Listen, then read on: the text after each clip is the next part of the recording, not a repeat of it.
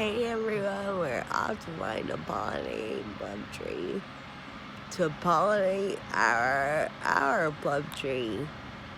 Which is So in bloom. So come along for the adventure.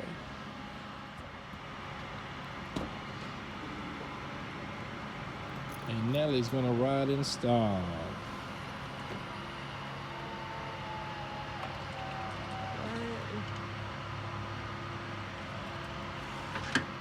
When we go out of town,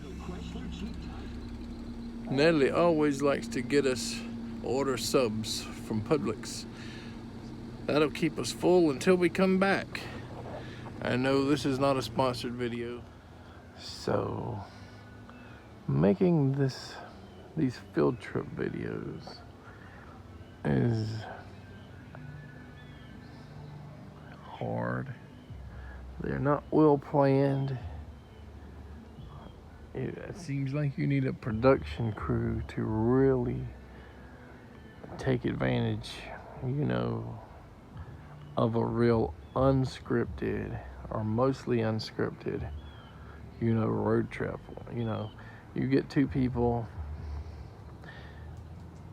one driving, trying to focus on the road, not trying to take video and drive at the same time.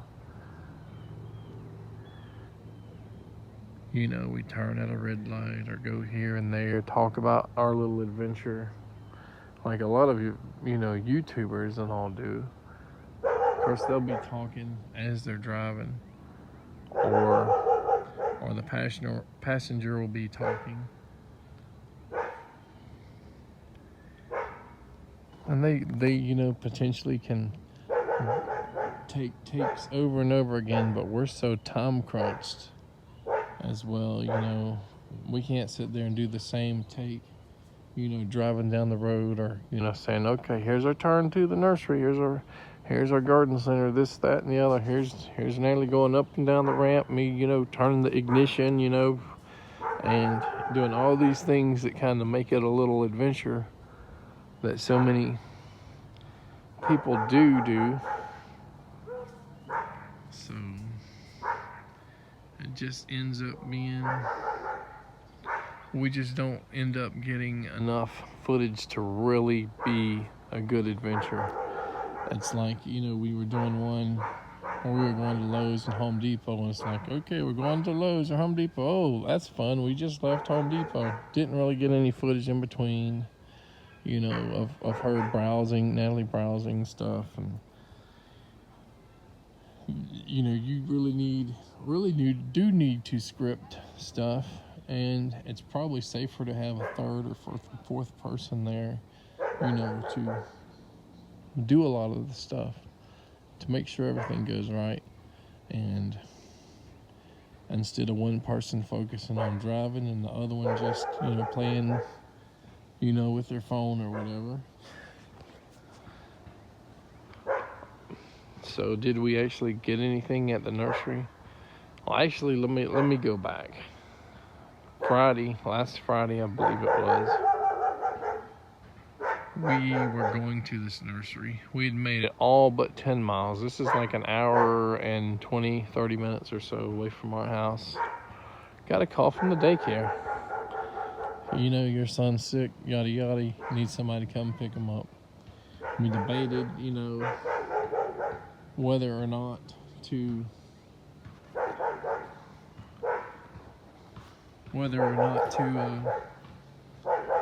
just go and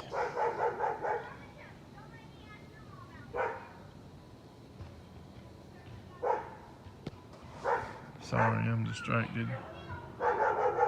Bunch of people, kids and all, running down the street, and the dog just will not stop barking. Our dog barks at everything. So we get a call from the daycare. Alright, we'll just turn around. We just wasted all this time, all this gas, to go get the kid. And now it is Tuesday. Second attempt to go to this place. we're at the very exact same spot. Very same spot we were, exactly. Parked in the same darn parking, parking lot. And get a call. Unknown on my phone. I didn't recognize the number. They called Natalie, texted Natalie. Got to come get him. He's sick. He's running a fever. And neither cases, this was a different kid. This is our oldest son. The last time it was our middle son. Get to the daycare and no fever. Got a little bit of cough, and the other one did too. Well, when we did this on Friday, he quit coughing about 20 minutes after we got out of the daycare, so we kind of suspect that they have some kind of detergent or cleaning product or something in their daycare that really is bothering their breathing. And that makes sense because Natalie has a lot of respiratory issues, including like asthma and stuff. So it's possible they could have inherited some of this stuff, allergies to certain laundry detergents and stuff like that. So we decided the second time around to just finish up the task, tell them it's going to be 2.5 hours. And we went, and when we got there to pick him up, it was probably within 15 minutes of when we normally arrive to pick him up anyway from the daycare. So that, I do not like these daycares. These ones that they're both owned by the same person. I don't know why they randomly call and say your child has a fever, and they get home and they don't. I'll try. I've got a lot more complaints about the daycare, but we were trying to talk about the trip to the nursery, so we weren't going to let it run our trip to the nursery to try to find plum trees. But it definitely was on my mind when I went up there. It probably shortened our visit, probably didn't have as much fun, and we didn't take as much video, or no video of the nursery, and it's like we got a task, see if we need anything, try to get out as fast as possible. Everybody's miserable, and come home.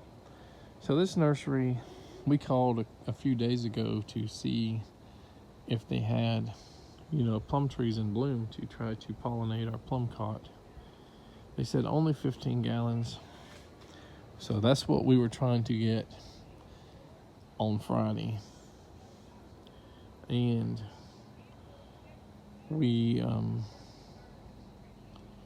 went to several other nurseries and big box stores and stuff, and we saw some small like Methley plums, and I think a Bruce plum that was just, the Methleys were like just starting to flower. The Bruce was like only had like 2 or 3 flowers, and it was kind of similar once we got to this other nursery like an hour and a half away. They had the 15 gallons had no blooms at all on them. They were like $89. I wasn't really determined to get one unless it was like full out blooming. But these already had some fruit on them, and they had already quit blooming. They had 2 that had some blooms on them. Again, a Methley, which is like an old style, more disease prone plum in this area. And they had Santa Rosa, which I don't know what exactly and too much about it, but about a third of their Santa Rosa plants had some blooms on it. Some of them had blooms and fruit at the same time. But to me, there just wasn't enough blooms that I think it would make a big difference in the pollination of my larger tree. There just wasn't enough there.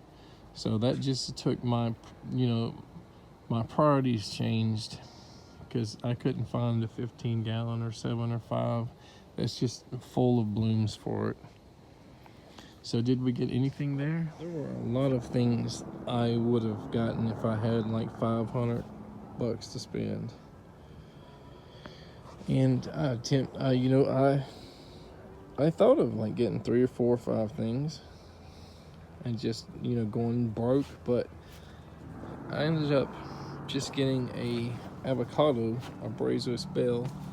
It's the only one they had in bloom, and it's a different type than the other avocado here. So this one and that one are in full bloom, and hopefully the small one will pollinate the big one. I wouldn't really want the smallest one to have avocados on it yet, it's too small, but the big one could probably hold a few of them. So I spent less than half of the money I would have on this versus a 15-gallon plum. There are definitely a lot of other things I would have got if I had time, money, and room to put them in our vehicle. A lot of cool things we can experiment with. But we always have the future, or at least hopefully we do.